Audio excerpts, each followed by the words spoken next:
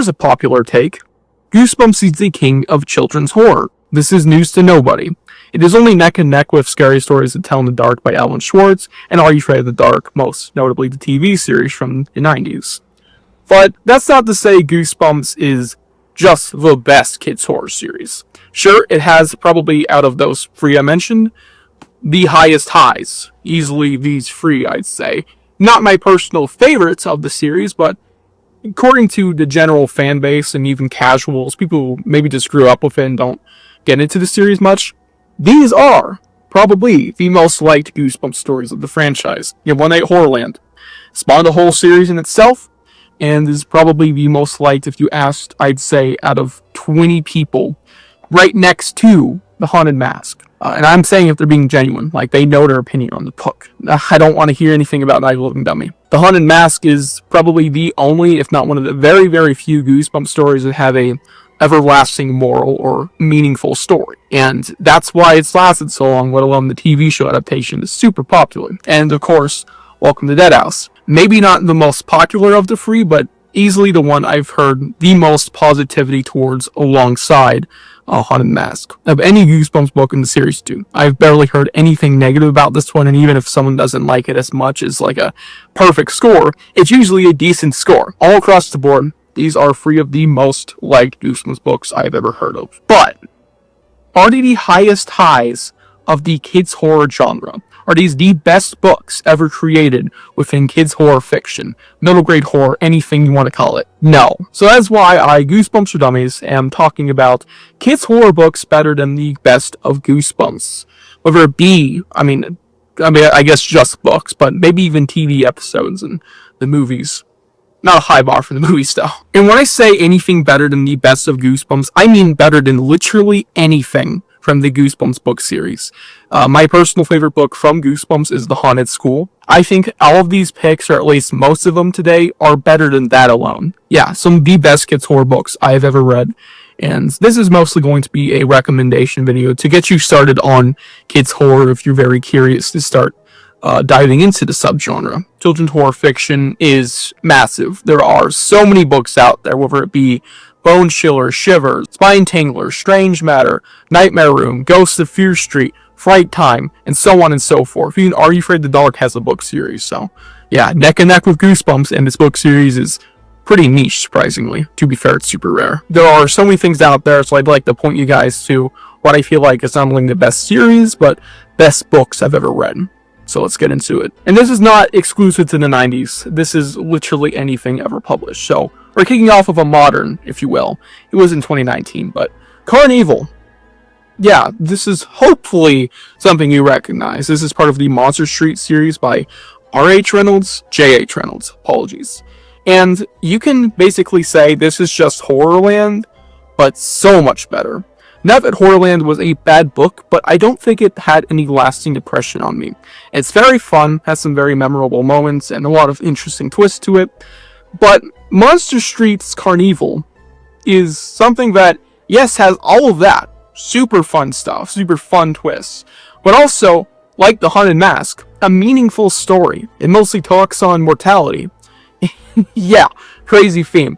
And it gets pretty dark at times, and there's some crazy stakes to this book, as well as plenty of insanely memorable moments that stick with me to this day. Not that I've read this years ago, I only read it in January this year, but still. Monster Street is a must-read if you're a kids horror fan, especially if you loved One Night HorrorLand, because this is literally just that book, but just so much better. And thankfully, Monster Street is a pretty short series. It's concluded by now, it's only 4 books, so not a lot you gotta read there. But then you also have my personal favorite kids horror series. Yes, even better than Goosebumps. Strange Matter. And this is my recommendation book, not my personal favorite of Strange Matter, but I'd say easily top 5. Plant People, which if you want to interpret this compared to Goosebumps, I'd say the best comparison would be Stale the Basement, but better. Yeah, this is basically a more edgy, intense version of Stale the Basement that takes you to some crazy highs that you don't usually get out of Goosebumps. And I think the best way to put these books is basically Goosebumps, but and I'm recommending the whole series to y'all. I think Strange Matter is seriously something every kids horror fan should pick up, like someone who's an avid reader of the genre. You gotta check these out. But it's basically Goosebumps, but with a higher edge, way more action-packed madness. It truly is probably the most intense kids horror series there is. And I think this is a perfect sample. There are some crazy things that happen in this book. A lot of intense action-packed sequences, and I love the plant horror in this one. Seriously, check this one out. And for this one, I'm not recommending a book per se, but a short story from the Fright Time series. Now, Fright Time, I think, is a series that doesn't really get a lot of recognition. Anymore, at least. It's dollar store Goosebumps, but it's trilogy books that are like 200 pages, and they have 3 stories per, which I think are pretty good length. They're about 60 pages each, right?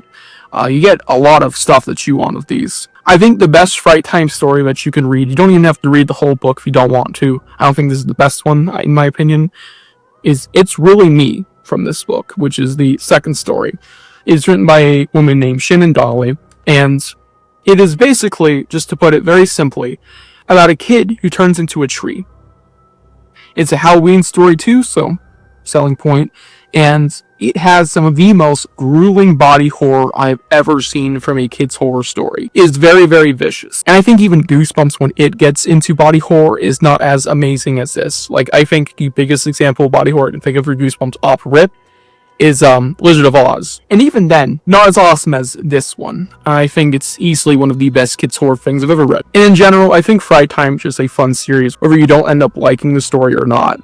They're just very brisk, 60 pages. And then you have Ice Cream You Stream, which is another modern kids horror book.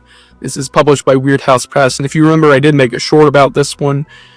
This is a very epic kids horror tale. He's basically an overpowered, godlike ice cream man who really fucking hates kids. He's insane, and I think this is one of the craziest kids horror books you can get your hand on. I don't think there's anything I can directly compare this to in Goosebumps. I think it's just something you gotta take as its own thing. It's very good. I highly recommend it, and generally anything from Weird House Press, which is the publishers who did this. Weird House Press has plenty of other kids' horror books. Well, 4 others, but still. And I think they're very much worth a read. But yeah, check out Ice Cream You Stream. You can buy it on Amazon right now if you want to. And now for something a bit more familiar. Ghost of Fear Street. Now, Ghost of Fear Street is actually not written by R.L. Stine, as it might suggest.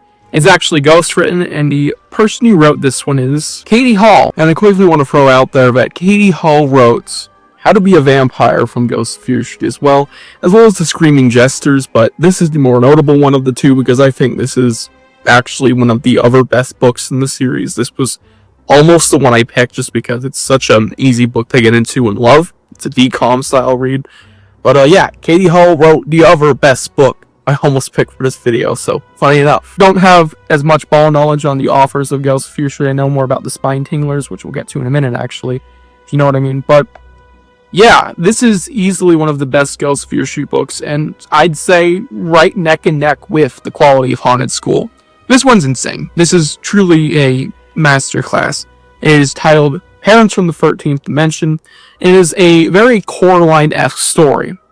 Fuck Neil Gaiman. I'd rather think of comparing it to the movie. Never read the book of Coraline. Not gonna until that bitch dies. This is basically Hansel and Gretel, and there's a lot of awesome shit that happens in this book. I really like the ideas at play here, and it's a very fun read that does take a lot from either of those stories. Funny enough, though, this came out before Coraline, so this is, Hansel and Gretel inspired more so. Only so, I guess. And for this one, this is not only one of my favorite kids horror authors behind this, Robert Hawks, who wrote 2 other amazing kids horror pieces, but one of the most successful of this video. You can buy it on eBay for probably like $5 flat, no shipping. My Teacher's a Bug. Now, this one's also a bit misleading, because you might think looking at it, it's a Teacher's a Monster kind of story. And you're not entirely wrong. You do get this idea here, from the title. But for about maybe the first 30 pages before it kind of blows up into an all-out interdimensional fucking warfare.